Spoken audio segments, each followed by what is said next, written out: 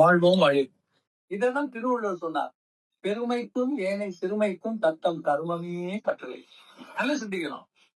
திருக்குறள் ஞான படி இல்லையா? ஞான வெளியோட படிக்கன்னு சொல்லு.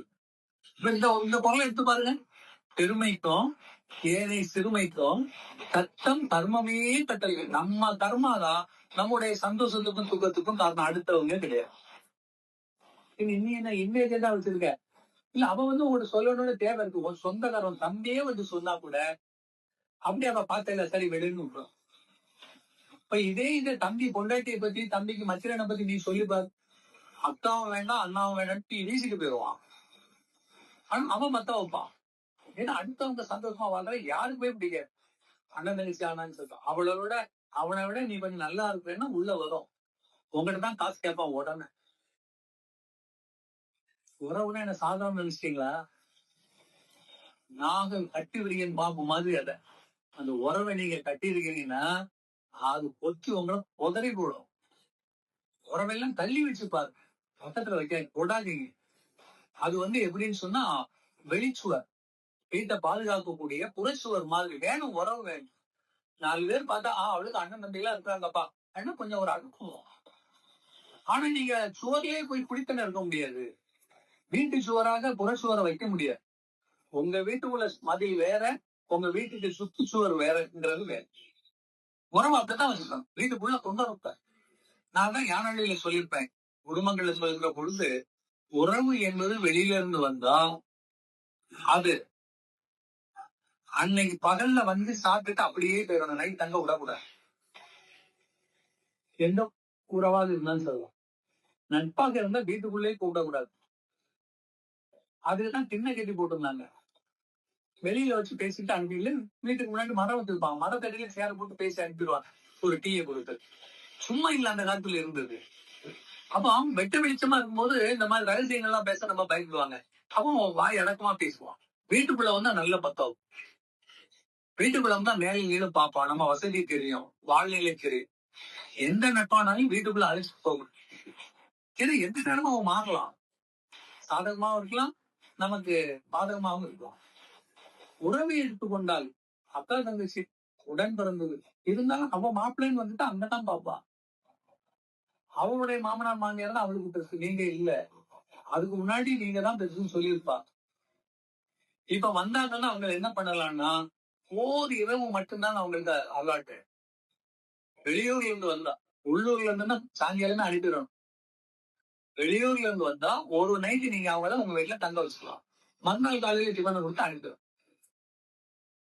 ஏன்னா அந்த ஒரு இரவு மட்டும்தான் அவங்க உங்களை பார்க்க வந்த அந்த நோக்கத்தோட இருப்பாங்க. அதுக்கு பிறகு மாறும் தர. பொதுவாக வெளியூர்ல ஆள்களே வீட்டுல தங்க வைக்கிறது சந்திரனுடைய அந்த தங்குதல் ஒரு கிரகத்துல எவ்வளவு தங்குதோ அது 2.5 நாள் வரும். அது வரதான் நீங்க வைக்க முடியும். ஏன்னா 9 பாதம் இருக்கு, 3 கிரகங்கள், 3 நட்சத்திரங்கள் இருக்கு. அந்த 3 நட்சத்திரத்துக்குள்ள அந்த தன்மை இருக்கு. அதுக்கப்புறம் மாறும், குணமே மாறும். சிம்மத்துல இருக்கிற பொழுது, சந்திரன் இருக்கிற பொழுது சிம்மத்துல இருந்து மகம் பூரம் உத்திரம். உத்திரத்துல ஒரு பாதம் தான். இப்ப இதுவரை இவங்க எப்படி இருப்பாங்கன்னா சிம்மத்துல உள்ளவங்க குறை சொல்ல மாட்டாங்க, ஏமாற்ற மாட்டாங்க, திருட மாட்டாங்க, போல் சொல்ல மாட்டாங்க. மெக்னானிமிட்டி இருக்கும், லாயல்ட்டி இருக்கும். ஆனா ரொம்ப உலகெல்லாம் இறங்கி போக மாட்டாங்க. அவரு ஒரு சீனியர் இருக்கிற மாதிரி இருக்கும். அவங்ககிட்ட போயிருந்தா பாதுகாப்பு இருக்கும், நல்லதுதான் சொல்லுவாங்க. அதோட முடிஞ்சிடும். இப்ப இதே அந்த சந்திரன் உத்தரம் 1ல இருந்து 2-3 நாள் போகுதுன்னா அது கண்ணிக்கு போயிடும். உங்க வீட்டுல தான் இருப்பாங்க. ஆனா கண்ணினுடைய குணம் அது என்னெல்லாம் செய்யுமா? நேற்று வர உங்க வீட்டுக்காரர சும்மா சாதாரணமா பாத்துட்டு இருப்பாங்க. இன்னைக்கு உங்க வீட்டுல இருந்து உங்க வீட்டுக்காரர் சட்டை போடுறத பாக்குறது, அவரு பேசுறத பார்த்து சிரிக்கிறது, நமக்கே தெரியும் என்ன மாற்றம். அவர் சாப்பிடுறதையும் பாத்துட்டு இருக்கா. அவரு ட்ரெஸ் போட போகும்போது இவளே போய் எடுத்து கொடுப்பா. ஒரு கதையும் உண்டு. தங்கச்சி வீட்டுல தங்க வச்ச உடனே தங்கச்சி புருஷனுக்கு சப்போர்ட் பண்ண பார்த்த உடனே அப்பாளுக்கு சந்தேகம் வந்துச்சு. நிறைய கதைகள் இருக்கு இல்லையா? கூட்டிட்டு கூட ஓடிடுவாங்க. சூழ்நிலை மாறலாம். ஏன்னா கிரகம் மாறுச்சுன்னா குணம் மாறும். ஒரு மனுஷனுக்கு இதுதான் குணம்னு சொல்ல முடியாது. நீங்க நல மகாராஜாவை பாத்தீங்கன்னா அவ்வளவு அழகு, அவ்வளவு திறமை, ரொம்ப பலசாலி, எல்லாருக்கும் வாரி கொடுக்கிறவன். அவனுக்கு 7.5 சனி ஆரம்பிக்குது. 7.5 வந்தா குணம் மாறிவிடும். யாராக இருந்தாலும் சரி. பெற்ற தாய் கூட கண்டவாணி பேசுவான். அப்பா அம்மா உதவிக்கணும். மனைவி விட்டுட்டு ஓடுவோம். ஆனா குணம் மாறும். வறுமை வந்துவிடும். பொய் வந்துவிடும். இப்ப இவனுக்கு தெரியுது. ஏன்னா அவங்க எல்லாம் ஞான பேச்சில் உள்ளவங்க. ஞான பேச்சில் வரும்போதே அந்த கோள் நிலைகள் அவர்களுக்கு உதவும் இல்லையா? குருவோடு இருக்கும் காலத்தில் கோள்களுக்கு உங்களே ஆள் அதிகாரம் இல்லை. அப்ப அந்த கோள் சொல்லும், அண்ணே நீங்க குருவோடு இருக்கீங்க, ஞானத்துல இருக்கீங்க, நாளாண்டையில இருந்து நான் 7.5 சனி ஆரம்பிக்கிறேன், கொஞ்சம் பாத்துங்கண்ணே. கிரகன் சொல்லிட்டு தான் வரும். கட்டாம வராது மனசன மாதிரி. அது வர்றதுக்கு முன்னாடி அறிவிப்பு கொடுக்கும். ஆனா நமக்கு கேட்கறதுக்கு செவித்திறன் இருக்காது, புலன் அறிவு இருக்காது. நீங்க ஞானத்துல இருந்தா அது சொல்லுது தெரியும். இப்ப நலமகாராஜுக்கு தெரியுது, சனி சொல்லுது, நான் வரப்போறேன், உன்னை பிடிக்க போறேன், 7.5 வருஷம் நீ எவ்வளவு நல்லவன், ஆனா உன்னை விட முடியாது, கர்மா அப்படி நான் பிரிச்சுதான் ஆகணும், கொஞ்சம் நான் பாத்துக்கலன்னு. அவ்வளவுதான், உஷாராயிதான். இப்ப நம்ம அரசியல இருந்தோம்னு சொன்னா ஏடா கூட பண்ணுவோம். ஆட்சியில இருந்தா தப்பு நடக்கும், எரிஞ்சு வருவோம், கோவப்படுவோம் இல்லையா? அப்ப அந்த பதவியில இப்ப நம்ம இருக்கக்கூடாது. பதவி விட்டு விளக்கு, ஊர் விட்டு ஓட வைக்கும். என்ன பண்ணிட்டான், பதவியெல்லாம் விட்டுட்டு ஓடணும். ஓடும்போது மனைவியையும் அவளும் நான் கூட வரணும், நான் கூப்பிட்டு அப்படியே கூட்டிட்டே போகும்போது நைட்டு ஒரு மரத்தடியில காட்டுல அடுத்து தூங்குறாங்க. அப்பதான் யோசிக்கிறான், 7.5 சனி கரெக்டா வந்து பிடிச்சிச்சு. உடம்பு அப்படியே கருக்க ஆரம்பிச்சிச்சு. நல்ல கலர் ஆகும், உடம்பு கூட கரும், கறி பூச மாதிரி ஆயிடுச்சு. அப்படியே மூளை சூடு, என்ன பண்ணேன்னு தெரியல. பார்த்தா மனைவி இவன் மேல நெஞ்சில தலையை வச்சு பட்டு இருக்கிறா. மெதுவா அவளை அப்படியே தூக்கி அப்படி தலையை கீழே வச்சு ஒரு கல்லியை அரபானம் கொடுத்துட்டு எரிச்சு ஓடிட்டு மனைவிட்டு போயிட்டாங்க. ஒரு ஊரா அலைஞ்சி கடைசியில் ஒரு அரசன் போய் தேரோட்டி ஆகுவோம். அங்க சமையல்காரனாவும் வேலை பார்ப்பான் 2.5 வருஷம். அரசன் அதுலயும் நல்ல பேர் எடுக்கிறான், நல்ல சமையல் சொல்ல நலமாகவும் நல்லவனுடைய சமையல் அவ்வளவு ருசியா இருக்கும் இல்லையா? தேர் ஓட்டுனா அவ்வளவு வேகத்துல போவான், எந்த ஆபத்தும் வர. அதனால அந்த அரசன் புடிச்சிச்சு இவனுடைய தேர் ஓட்டுற மாதிரி. 2 வருஷம் அங்க இருப்பான். சனி முடிச்ச தான் தெரியும். அப்ப நல்லா பாருங்க, ஞானத்துல பயணிக்கிற பொழுது கிரகங்கள் கூட கேட்டே வேலை செய்யும். சிவனுக்கு கூட சனி பிடிச்சே கதை சொல்லுவாங்க. அப்ப அந்த 7.5 சனி வரும்போது சனி கேட்கலாம் ஈஸ்வரன், சாமி வருது, நான் உங்களை பிடிக்கணும்னா. இவர் அப்படி பார்த்தாரு, உங்களை பிடிக்காம போனா நான் தர்மத்துல இருந்து விலகின மாதிரி ஆயிடும். அப்ப மத்த மனுஷங்க எல்லாம் பிடிக்கிறோம், உங்களை பிடிக்கலன்னு சொல்லி எல்லாம் எனக்கு திட்டுவாங்க, என் கடமையை நான் செய்யணும், எனக்கு அனுமதி கொடுங்க.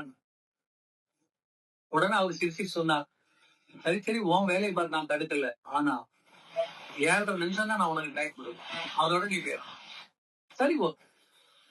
அதாவது ஞானத்தில் உள்ளவங்களுக்கு மற்றவங்களுக்கு எப்படின்னா, ஜாதகத்திலேயோ பிறகுலயோ ஏதாவது ஒண்ணு இருக்கும், அடிபடும் நினைக்கின்னு இருக்கும். Accident, that's all. இந்த ஆக்சிடென்ட்ல உயிரும் போகலாம். லாரியில் அடிபட்டு எப்படி நெஞ்சுவான், பைக் உள்ள போயிட்டு லாரிக்குள்ள எதை எடுக்கிறது இல்லை, பைக் எடுக்க முடியாது, இவன் எடுக்க முடியாது, முடிஞ்சு போச்சு.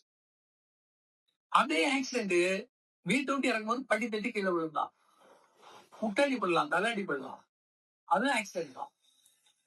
இல்ல கூட்டத்துல போகும்போது ஒருத்தங்க இடிச்சிட்டு போயிடலாம், அதுவும் ஆக்சிடென்ட் தான் இல்லையா? வலி இல்லாமலும் தப்பலாம், வழியே இல்லாமலும் மாட்டலாம். அப்ப நீங்க ஞானத்துல போகும்போது ஞானம் உங்களுக்கு என்ன பண்ணா, முன்னாடியே அதை அறிவிக்கும், அதுல இருந்து தப்பிக்கக்கூடிய உணர்வுகளே உங்களுக்கு கொடுக்கும். என்ன யோசி, இப்ப ஈசன் சொன்னார் 7.5 நிமிஷம் தான். 7.5 நிமிஷத்துக்குள்ள என்ன ஆகி போச்சுன்னா, இவரை சுடுகாட்டுல கொண்டு பணம் பாதுகாக்கிற நிலையில கொண்டு அங்க கையில எரிசேட்டியை கொடுத்து சுடுகாட்டுல கொண்டு விட்டான். வேலை அங்கதான், சிவபெருமான வேலைங்க, சுடுகாட்டுல போய் யோசிச்சு பாருங்க. என் அதிசயத்தை நிக்கலையா? இந்த 7.5 சனியினுடைய காலம் அவ்வளவு அழகா இருப்பான், அவ்வளவு பாசமா இருப்பான், பொய்யே சொல்ல மாட்டான். ஹரிச்சந்திரன் 7.5 வந்தது விஸ்வாமித்திரர் மூலமாக, நீ பொய் சொல்லி நான் உன்னை விட்டுறேன்னா இவன் விட மாட்டேன். அவனும் ஞானவான். எந்த துன்பம் வந்தாலும் எந்த சிக்கல் வந்தாலும் என்ன பண்ணக்கூடாது, கடக்கூடாது, தடம் மாறக்கூடாது. அரிசி தான் செத்தான். ஆடு போனா என்ன போட்டியா? நாடு இல்லப்பா, பொருள்கள் எல்லாம் போட்டு இதோ மனைவியே தர போட்டோம், உன் பிள்ளை செத்து போ, நீனே செத்துவ பரவாயில்ல. ஏன்னா இங்க நமக்கு என்ன தேவை? ஞானவானுக்கு உண்மை மட்டுமே. அதனால்தான் இறை வேதத்துல ஒரு வாக்கு கொடுத்திருப்பேன், என்னை நேசிக்க விரும்பினால் உண்மையை நேசியுங்கள்.